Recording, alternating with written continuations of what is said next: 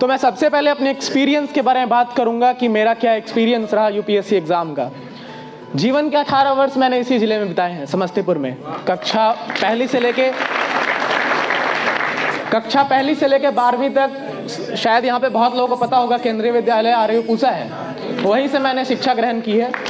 और मुझे याद है बचपन में मेरा जो गांव था, वहाँ से मेरे पापा मेरे और मेरे भाई को साइकिल के आगे वाले डंडे पे तौलिया लपेट के ले जाया करते थे। तो वो दिन भी मैंने देखा है, वो दिन भी देखा है जब स्लेट पर लिखने के लिए खल्ली मिलता था। उस टाइम चौक नहीं था, खल्ली होता था, और फिर उसको हम लोग जड़ी बूटी से मिटाते थे। हमने वो टाइम भी देखा है जब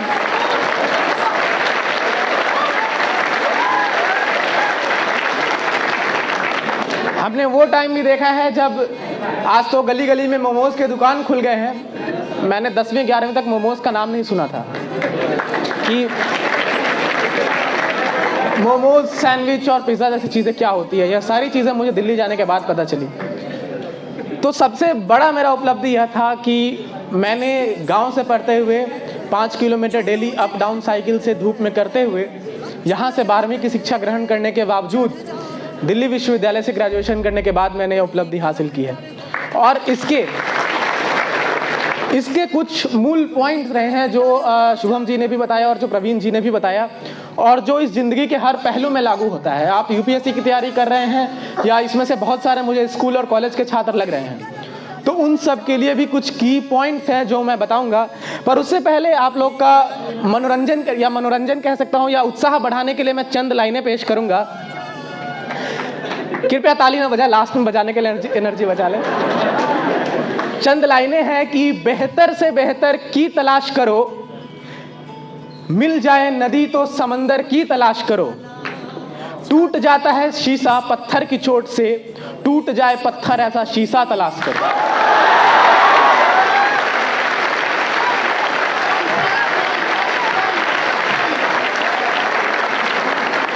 तो ये चंद लाइनें से उम्मीद है कि आप सभी का ध्यान अब मेरे ओर आ गया है, तो अब अपनी बात मैं शुरू करूंगा।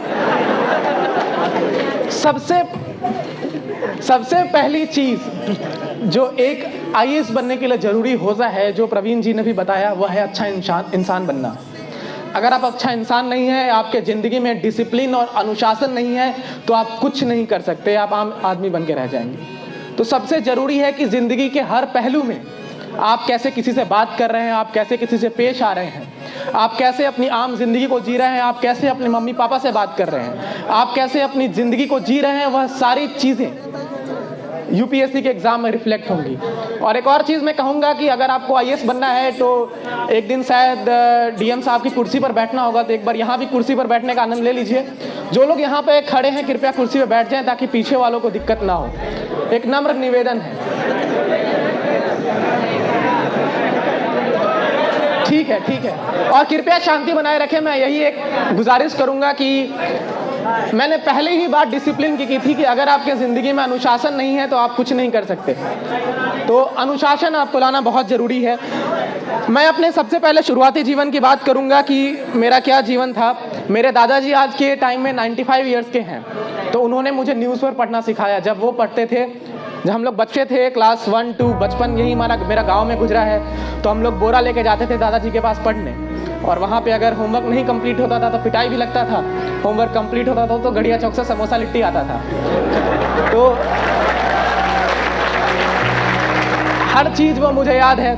मुझे यह भी याद है कि बचपन में जब मैं गांव में रहा करता था तो दुर्गा पूजा के टाइम हम लोग अपने भाई बहन के साथ मिलकर रावण तैयार करते थे और खेत में उसको जला देते थे पटाखे लगा के।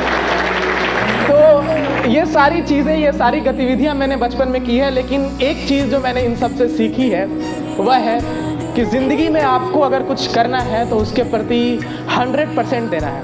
बाद में यह नहीं सोचना है कि काश मैं ये कर लेता तो ये हो जाता। वो जो लाइन है कि अगर मैं ये कर लेता तो शायद मैं सफल हो जाता, वो नहीं आना चाहिए आपके ज़हन में। तो ये सबसे इम्पॉर्टेंट चीज़ है।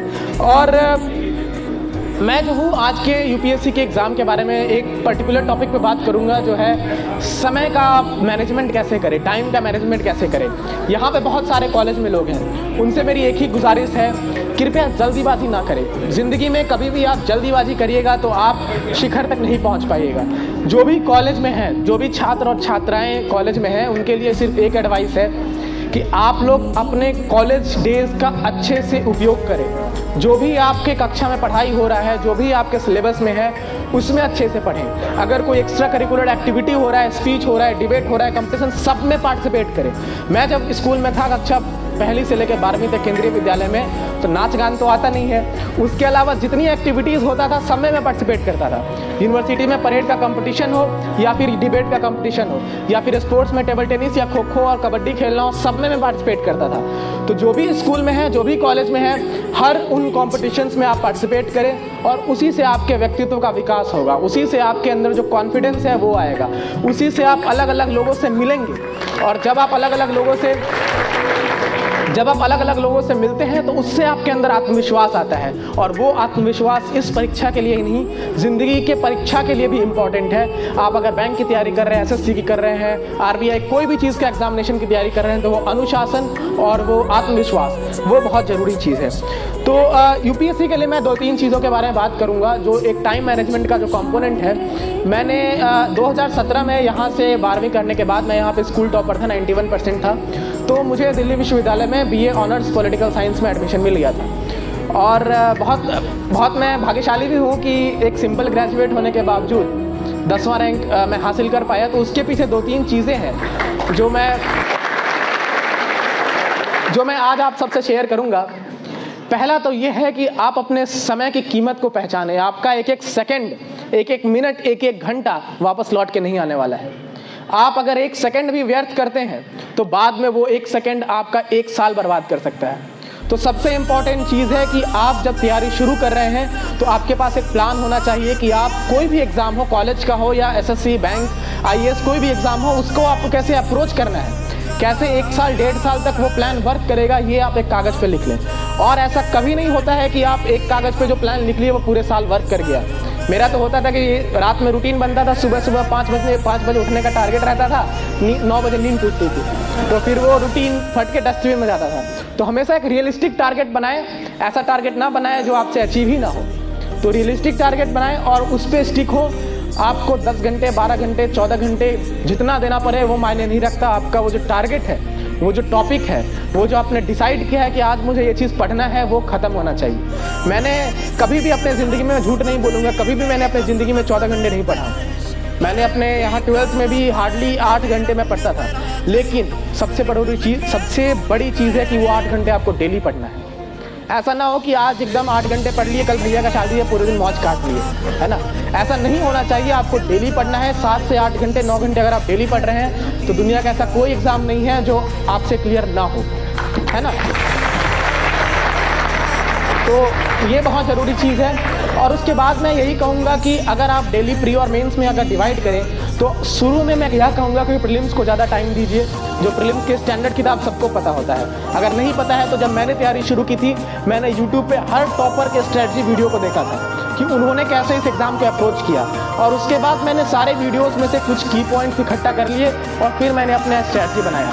तो वही स्ट्रेटजी आप लोग को भी अपनाना है किसी भी एग्ज़ाम के लिए, और फिर उस स्ट्रेटजी पे अमल करना है। 5 से 6 घंटा शुरू में आप प्रीलिम्स को दें, मेंस को थोड़ा कम टाइम दें। एक बार आपके प्रीलिम्स के बुक का अच्छे से रिवीजन हो गया, फिर मेंस को ज़्यादा टाइम दें। मैं यह कहूँगा कि लक्ष्मीकांत जैसी पॉलिटी किताबों का मैंने कम से कम 15 बार रिवीजन किया था। स्पेक्ट्रम जो हिस्ट्री की किताब होती है उसको मैंने कम से कम 10 से 12 बार पढ़ा था, और ऐसी कोई किताब नहीं होगी जो मैंने 10 बार ना पढ़ा हो। तो मेरा पढ़ने का एक ही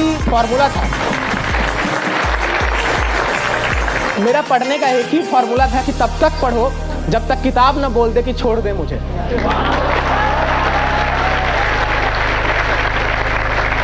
इस तरीके से आप किताब तो कभी बोलेगा ना भाई, कि बोलेगा तो नहीं कि छोड़ दो मुझे, तो पढ़ते रहो। बस सिंपल सा फॉर्मूला है। कोई यहाँ पे, मैंने 15 बार लक्ष्मीकांत पढ़ा है, लेकिन मैं यह कह सकता हूँ कि मुझे सारी चीज़ें उसकी याद नहीं है। मैंने 12 बार स्पेक्ट्रम पढ़ा है, पर मैं यह कह सकता हूँ कि मुझे स्पेक्ट्रम का हर चीज़ याद नहीं है। तो कोई भी यहाँ महाविद्वानी नहीं हो सकता है, बार बार रिवीजन करके ही आएगा। अब बहुत एस्पिरेंट्स मेरे सामने यह सवाल लेके आते हैं कि सर डिस्ट्रैक्शन बहुत होता है, पढ़ने बैठते हैं तो डिस्ट्रैक्शन होता है। अब मैं जब पढ़ता था अपने स्कूल टाइम में, तो पढ़ने के नीचे मोबाइल रखता था, टुन से बजता था, देख लेते थे क्या नोटिफिकेशन आया।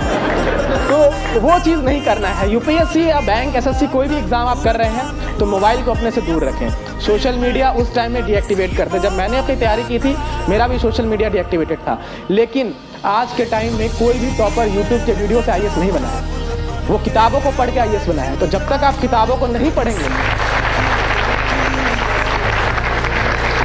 जब तक आप किताबों को 10-15 बार नहीं पढ़ेंगे, तब तक बहुत मुश्किल है ये सब चीज़ होना। और मैं यह कहूँगा कि अगर आप 1.5 साल सही से मेहनत कर लेते हैं, टाइम एकदम डिसाइड करके कि कौन से महीने में, कौन से वीक में, कौन से दिन में क्या मुझे पढ़ना है, तो आप ज़रूर इस लक्ष्य को पा सकेंगे। और मेरी कुछ चीज़ें हैं जो यहाँ पे मेरे हिसाब से कुछ स्कूल में भी है, कुछ कॉलेज में भी है, तो उनके लिए बस मेरा एक ही वर्ड रहेगा कि आप अपने आखिरी वर्ष में तैयारी शुरू करें, एकदम सीरियस वाला। कि मतलब मैं जब अपने कॉलेज में था तो 1st 2nd ईयर मैंने कॉलेज में जितनी एक्टिविटीज़ होती थी, जितना कंपटीशन था, मैंने इंटर्नशिप्स किया, मैंने अलग अलग सोसाइटीज़ में पार्टिसिपेट किया, मैंने वहाँ पे लीडरशिप पोजीशन लिया।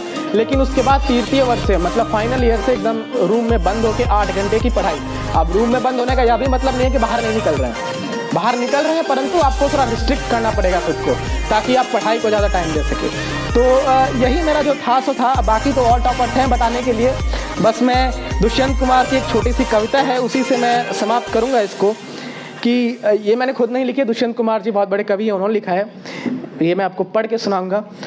हो गई है पीर पर्वत सी पिघलनी चाहिए, इस हिमालय से कोई गंगा निकलनी चाहिए।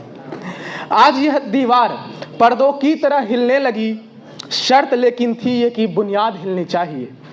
हर सड़क पर, हर गली में, हर नगर में, हर गांव में हाथ लहराते हुए हर लाश चलनी चाहिए। सिर्फ हंगामा खड़ा करना मेरा मकसद नहीं, सारी कोशिश ये है कि सूरत बदलनी चाहिए। और इसके लास्ट के 2 लाइन हैं, मेरे सीने में नहीं तो तेरे सीने में ही सही, मेरे सीने में नहीं तो तेरे सीने में ही सही, हो कहीं भी आग लेकिन आग जलनी चाहिए।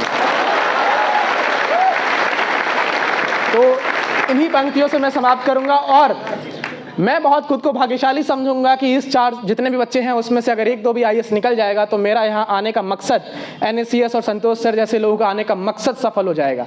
और मैं एंड में यही करूंगा कि जो करें ईमानदारी से करें, खुद को चीट ना करें, जीवन में डिसिप्लिन लाएं। आप कैसे लोगों से डील करते हैं यह बहुत बड़ा फैक्टर है, और एक अच्छा इंसान बनने पर फोकस करें। आईएएस, बैंक, ये सब तो रास्ते में आते जाएगा। बहुत बहुत धन्यवाद।